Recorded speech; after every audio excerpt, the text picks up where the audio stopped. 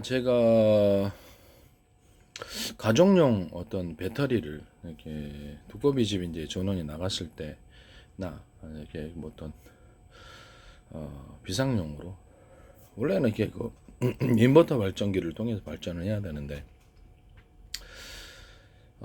집에 모르는 사람들이 많아요.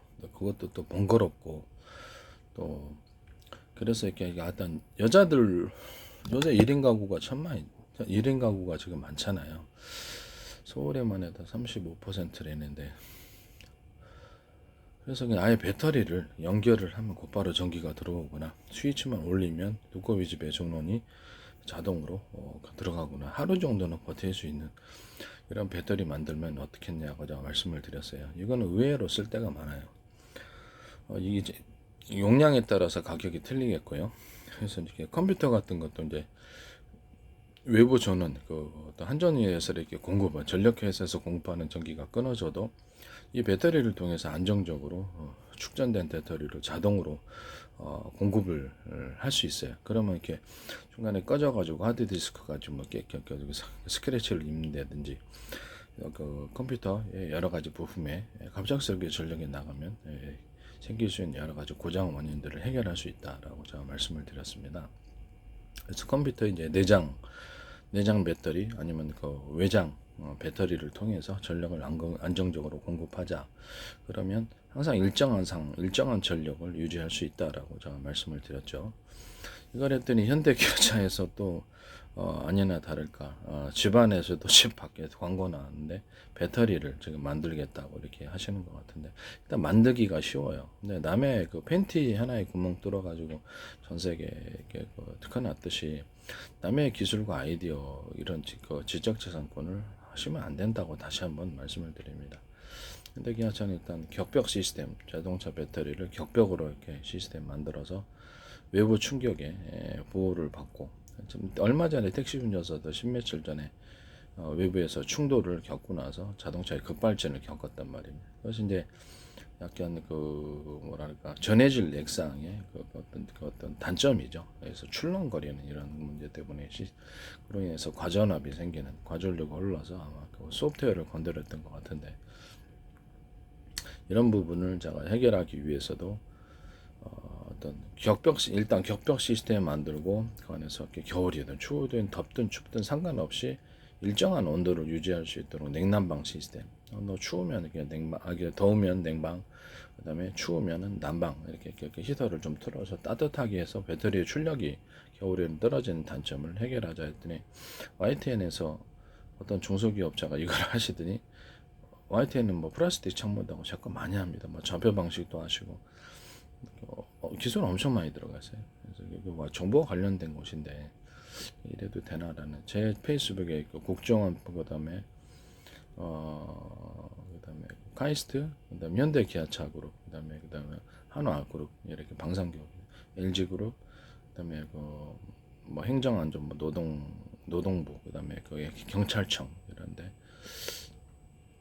서울시라든지 각 뭐 지방자치단체들 이런 것들이 또뭐 과학기술협회, 과학기술원, 뭐 지적재산권협회, 주한 미 대사가 막 오스트리아 관광청 많이 광고를 냈었어요. 그랬다가 지금도 국정원은 광고를 내고 있고요.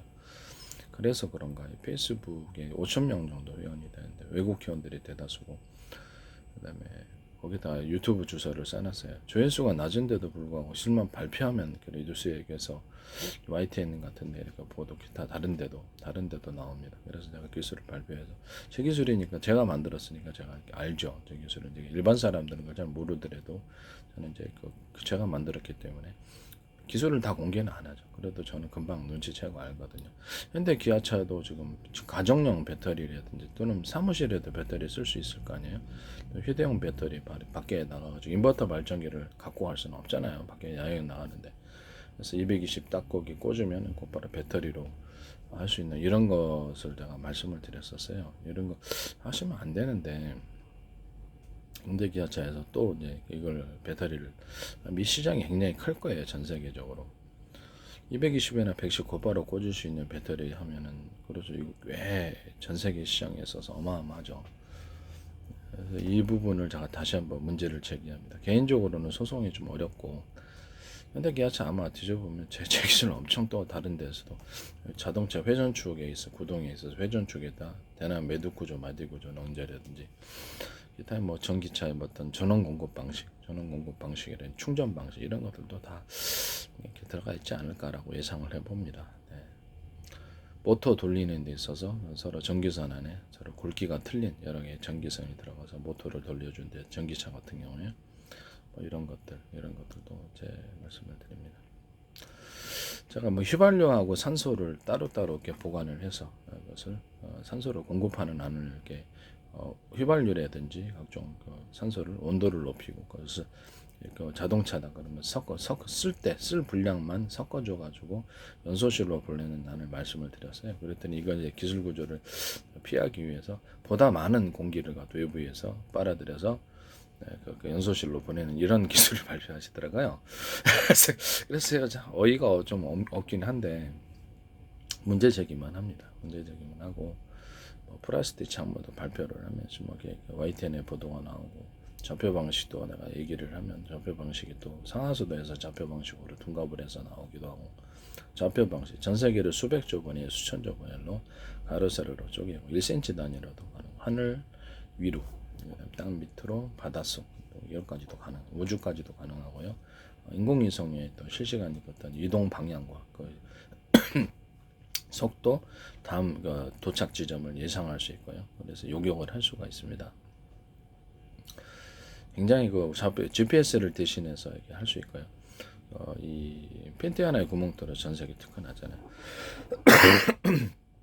아이디어는 단순한데 앞으로 반도체 정보 입출력 방식, 반도체 저장 방식 이런 것들 다 좌표 방식으로 다 할 것이다.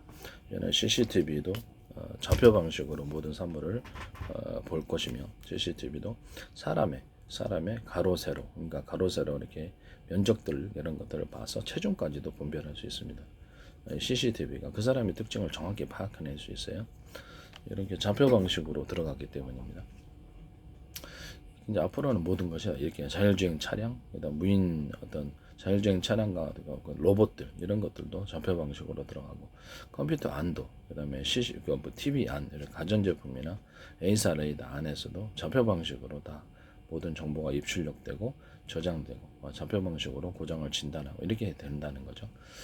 이거를 이렇게 YTN에서도 쓰시더라고요. 어떤 좌표 상하수도 안을 좌표 방식으로 숫자 방식으로 표시해 가지고 구멍 떨어진 거 상하수도 파손된 것을 면적을 정확히 계산해내고 그걸 해가지고 그거를 버젓이 하시더라고요. 제 기술이니까 깜짝 놀랐어요. 이 부분에 대해서 말씀을 드립니다. 그 다음에 삼성페이에서 스마트폰으로 비밀번호 전파 방식으로 비밀번호 방식으로 현관문 개폐하는 거 그 기술도 쓰시더라고요. 이게 자체적인 전파를 발생을 시킨다는 거 아니에요. 그래서 내가 이렇게 일단 차세대 스마트폰을 이제 워키토키 방식으로 만들자. AM, FM 그 라디오 이렇게 전파가 그냥 다양하게 채널이 있듯이 한 10개 정도의 그 전파를 발생시켜서 주파수 이제 발생기, 송수신기가 이제 좀 여러 개일 수도 있고요. 그래서 발생을 지금 정부 허가를 받아야 되겠죠. 발생을 시켜서 하나는 방송, 하나는 게임, 하나는 뭐 인터넷, 뭐 이렇게 다양하게 채널별로 사용하자. 그러면 이렇게 속도도 빨라지고 이게 굉장히 그 폭이 넓어진다. 접속 무게 이렇게 속도가 느려지는 이런 부분도 해결되고 그 중에 하나는 워키토키 방식으로 이렇게 워키토키나 아니면 경호원들도 서로 이렇게 송수신 하지 않습니까? 말도 하고 그렇게 그런 식으로 해서 또 호환되는 또는 같은 회사 거 또는 또 호환되는 전화끼리 곧바로 어떤 중앙 서비스 사업자의 중계를 필요로 하지 않고 자체적인 전파를 발생을 시켜서 한다. 그 전파 방식은 서로 파행이 되는 여러 개의 전파 방식이다. 그 중에 하나는 비밀번호 방식,暗号 방식, 그다음에 가령 드론이다 그러면 드론도 이제 이렇게 수백 대다 그러면 호출 번호가 있어야 될 거 아닙니까? 적이 내 드론 조종하면 안 되잖아요. 그래서 비밀번호,暗号가 맞아야지 그 통신이 가능하고 그다음에 여기다가 이렇게 드론 호출 번호를 따라 전파 하나는 그렇게 사용을 하자 했더니 그걸 쓰신 거예요. 그래서 이거 향후에 제가 이제 이거를 스마트폰하고 블랙박스 연결하든지 아파트 10층에 있더라도 블랙박스에서 전송되어 오는 이렇게 영상을 보면서 어떤 자동차 침입에 대해서 이런 것들을 해코지 하는 것에 대해서 보고 이것을 그 스피커로 여기서 얘기를 해서 여기서 마이크 거기서 스피커 이게 있어가지고 블랙박스에 스피커 블랙박스에 있든지 다른 데 있든 스피커에 있어가지고 거기서 침입자를 경고하고 이런 것들을 그다음에 사진과 동영상을 찍어서 경찰에 전송하고 이런 기능을 얘기를 했었거든요. 아마 그것도 할 것 같아요. 그래서 어떤 제 페이스북이 어떤 동남아시아인 것 같은데 베트남으로 보인 것 같은데 이런 무선 CCTV를 내가 얘기를 했었어요. 무선 CCTV 이렇게 배터리나 건전지에 달아가지고 배터리에 달아야 되겠죠. 배터리에 달아가지고 신호는 서로 파형이 틀린 여러 개의 전파, 그중에 스마트폰으로 할 수도 있고 스마트폰 아니라 CCTV 전용의 어떤 영상을 볼 수 있는 그런 기기도 할 수도 있어요. 스마트폰 아니더라도 서로 파형이 틀린 여러 개의 무선 전파 묶음으로 전파를 한다. 그 중에 하나는 비밀번호 방식, 암구 방식. 이 다른 사람 이거 보면 안 되잖아요, 영상. 그죠? 그렇기 때문에 이 호출 번호, 무선 CCTV도 여러 개가 있을 수 있단 말이에요. 그래서 이제 그걸 보는 스마트폰으로 볼 수도 있거든. 이런 그 스마트폰이 자체 전파를 이제 발생을 시켜서 이런 것들과 기기들과 호환하는 서로 이렇게 통신하는 이런 시대가 이제 온단 말이에요. 그래서 그 기술을 삼성페이에서 쓰시더라고요. 이게 그 현관문 번호키하고 자기 전파가 서로 맞아야지 이게 딱 열잖아요. 그 기술이라는 걸 알았어요. 그래서 내가 이거는 좀 문제가 있다라는 것입니다. 그 다음에 모든 위성통신과 이동통신 같은 것도 동서남북 전파를 쏴야 되잖아요. 동쪽에 있는데 서쪽에 쏘는 바보는 없죠. 동쪽에 있는데 어느 지점에 정확하게 전파를 쏠 수 있다면 전파의 성공률이 높겠죠. 이런 방식으로 이제 앞으로 좌표 방식으로 전 세계를 수천 조 분의 1, 수백 조 분의 1 가로 세로 쪼개서 1cm 단위로 하늘 위, 땅 밑, 바다 우주도 이렇게 좌표 방식으로 정확히 표시해서 그쪽으로 그 해당되는 좌표로 전파를 갖다가 보내는 이것이 이제 가능해진다라는 거죠. 매일살에다 이 좌표 방식이 쓰일 거예요. 안 쓰일 수가 없어요. 무인 어떤 자율주행 차량이라든지 모든 차량, 그다음에 로봇 이런 것들도 드론 또 비행체에서도 이거 안 쓸 수가 없어요. 쓸 수밖에 없습니다. 이 부분은 이제 쓸 거라고 생각합니다. 이런 CCTV에도 좌표 방식으로 해서 정확히 사물을 인식하고 그 사람의 특징, 가로, 세로, 넓이 이렇게 가지고 몸무게까지 측정할 수 있고요. 얼굴의 표정까지도 정확히 측정할 수 있습니다. 얼굴의 특징 같은 거, 옷 같은 거 이런 것들을 정확히 분별해냅니다. 그런 부분들을 말씀을 드립니다. 이제 앞으로는 이렇게 갈 거다. 이제 그 기술도 아마 어떻게 쓰는 게 아니라 서울시에서 내가 이게 무선 CCTV가 아니라 일반 CCTV든 카메라도 휴대폰 카메라도 되고요. 군의 뭐 영상 감시 장비도 되고요. 위성에서도 되고 하나의 렌즈가 아니라 큰 렌즈하고 작은 렌즈, 자잘한 작은 렌즈를 둬서 180도를 동시에 촬영하는 이렇게 돌아가지 않고 여기만 있어도 동시에 각도별로 촬영하는 그런 무선 그러니까 CCTV 카메라 또는 휴대폰 카메라 영상 감시 장비 군의 위성에서 이렇게 볼 수 있는 그런 모든 부분들 모든 카메라 형태가 이렇게 간다. 뒷부분에도 이런 카메라 만들어 놓으면 360도 동시 촬영이죠. 앞으로는 로봇이나 이렇게 자율주행 차량과 모든 차량이 앞으로 이렇게 갈 거예요. 뭐 군에서 이제 영상 감시 장비 같은 것들도 이제 이렇게 각도별로 촬영을 하나의 방송국에 보면 카메라가 1번 카메라부터 10번 카메라에서 그래가지고 서로 여러 사람이 찍으면서 각도별로 그거를 하나의 화면으로 통합하잖아요. 이것도 이제 그럴 수 있다라는 거죠. 이걸 서울시 제가 뉴스에서 봤는데 그 하나의 카메라 렌즈가 아니라 여러 개 카메라 렌즈 있는 것을 언뜻 봤거든요. 그래서 서울시에서 혹시 그걸 하시지 않나라는 라는 것을 그것도 사실은 제 기술인데 왜 거기가 이거 엄청 비싸게 받을 수 있는 기술들이거든요. 근데 이거를 혹시라도 그런 것이 있었으면 안 되겠습니다. 근데 공공 CCTV에서 제가 특정 행동 방식, 공공 CCTV에 모니터가 많잖아요. 그럼 그걸 어떻게 그 모니터 체크 요원이 다 보냐고요. 그래서 거기서 이렇게 특정 상황, 사운드라든지 이런 특정 상황을 가정해서 거기다가 모니터에 이렇게 비상 상황을 표시해주는 빨간불이라든지 경고음 이렇게 보여서 그것만 딱 보면은 얼마나 편하겠냐는 겁니다. 그렇게 얘기를 했더니 공공 CCTV에서 그걸 사용을 하시더라고요. 플라스틱 창문 얘기를 하면 플라스틱 창문 화이트는 정부 입김이 있는 곳인데 왜 이렇게 하시는지 전 잘 모르겠습니다. 개인으로 소송이 어렵고 공무원이 어떤 불법 지시, 남의 기술을 도둑질하거나 마음대로 무단 사용한다면 그렇죠. 그 사법질이 대상이 되는 거예요. 불법적인 지시를 계속해서 그로 인해서 어떤 공무원이다 그러면 자기 그 회사를 차려가지고 자기 이익을 본다든지, 난 회사 아니더라도 그 회사의 지분을 투자를 해가지고 이렇게 한다든지, 그렇게 해가지고 하면은 남의 기술 무단으로 그 공무원의 직위를 이용해서 하시면 직권남용과 범죄가 되는 거, 도둑질을 버젓이 하는 건데, 제가 보기에는 누구든지 공무원의 입장에서는 그렇게 해서는 안 된다라는 것을 말씀을 드립니다. 그 다음에 제가 어떤 컴퓨터 같은데 이렇게 뭐 마더보드다 그러면 거기도 따로 비상 배터리를 만들어낼 수가 있고요. 배터리를 통해서 전력이 공급되면 안정적으로 공급이 됩니다. 그 다음에 어떤 서플라이, 전원 서플라이에서 이렇게 컴퓨터 케이스가 금속이잖아요. 그래서 그 부분에서 절연이 필요하다. 밑에 얇은 절연이 들어야 되고, 마더보드나 이런 그래픽보드, 하드디스크 이런 데도 밑에다가 절연 구조를 가지게 되면은, 그렇죠. 그 미세 전류를 통해서 마더보드에 있어서 사운드 카드라든지, 아니면 지금 사운드 카드 안 하고 내장 그 뭡니까, 내장 사운드를 하시잖아요. 그만큼 그 부분에 미세 전류가 걸려서 잡음이 생기는 이런 부분도 그러면 계속되면 이렇게 발열이 관련이 돼 있는 거, 제품의 성능이 저하되겠죠.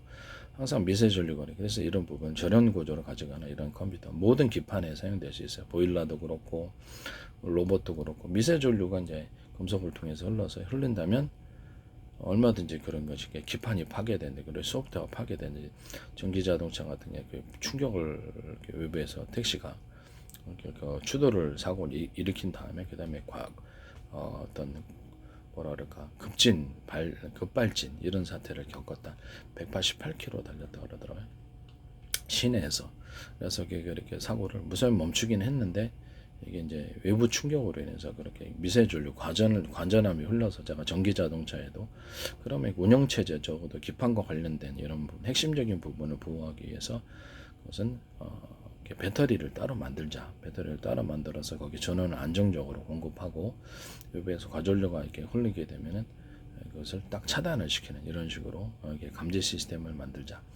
또는 뭐 중요한 부분, 브레이크라든지 자동차 개폐 문도 딱 전기가 안 열리잖아요. 그럼 소프트웨어 관련이 있습니까, 없습니까? 있는 거란 말입니다. 그래서 중요한 부분, 브레이크와 이런 중요한 부분들은 이런 배터리를 통해서 또 그 전원이 공급되어서 작동할 수 있게 한다면 생명을 건질 수 있거든요. 또는 더 나아가서 기존의 배터리가 이제 문제가 있어가지고 그 배터리 전원을 차단시키고, 다른 비상 발전기처럼 건물에 비상 배터리를 만들어서 거기서 전원을 공급해서 수리센터 갈 때까지 좀 구동할 수 있으면 좋잖아요. 이런 방식도 제가 말씀을 드렸었어요. 비상발전기 시스템, 비상 배터리를 만들자. 현대 기아차에서 어쨌든 가정용 내가 이제 비상 배터리를 만들어 가지고 인버터 방식의 발전을 통해서 할 수는 있지만, 일반 사람들은 그것도 힘들어하니까 비상 배터리를 만들어서 두꺼비 집에 연결을 해갖고, 전체적인 전원 공급하는 메인 부분이겠죠.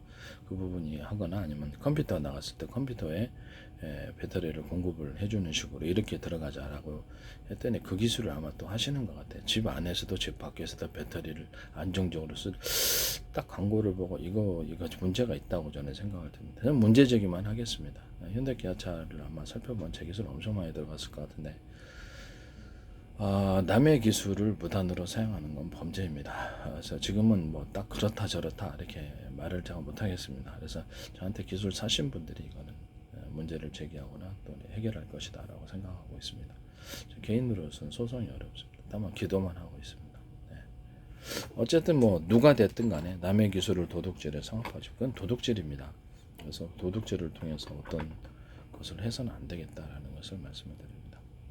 정상적으로 사람들이 노력하는 것보다 도둑질 강도질을 통해 재산을 형성하거나 기술을 탈취하거나 이런 것이 편만하다면 정상적인 것이 설 자리가 없어요. 그래서 이 부분을 이제 말씀을 드립니다. 네.